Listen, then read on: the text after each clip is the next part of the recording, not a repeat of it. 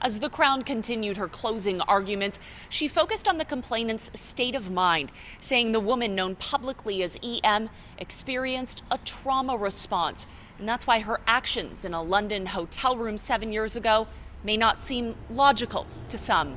Crown prosecutor Megan Cunningham said when several members of the World Junior Hockey team began entering the room, it was a highly stressful and unpredictable event for EM.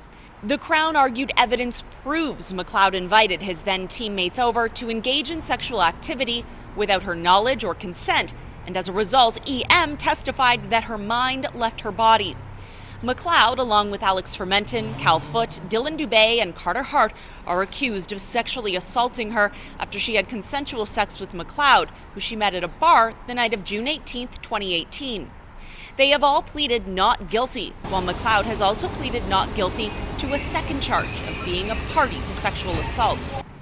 Cunningham told the judge, "Your Honor doesn't need to hear from an expert to understand when someone experiences trauma, they don't necessarily choose how to respond," saying some fight, freeze, disassociate, or appease, and some might display a combination of all of these things. Players who were in the room at the time testified the woman was asking for sex. Cunningham said that could be a form of appeasement for someone in a highly unpredictable event. Throughout the trial, defense lawyers have said the sexual activities were consensual, highlighting three primary reasons why they said EM alleged sexual assault: because she cheated on her boyfriend, was saving face for her mom, and wanted money.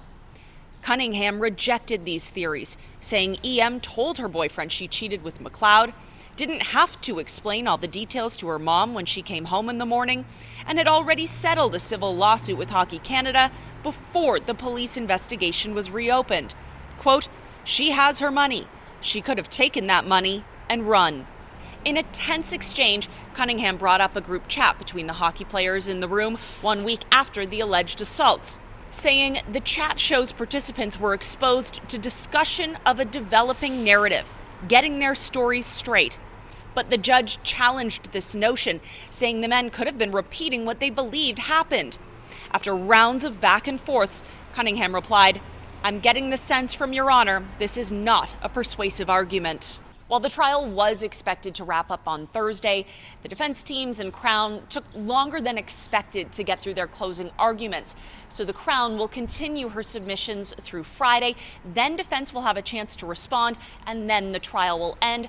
The judge has set a return date of July 24th to deliver her verdict. In London, Mackey, City News.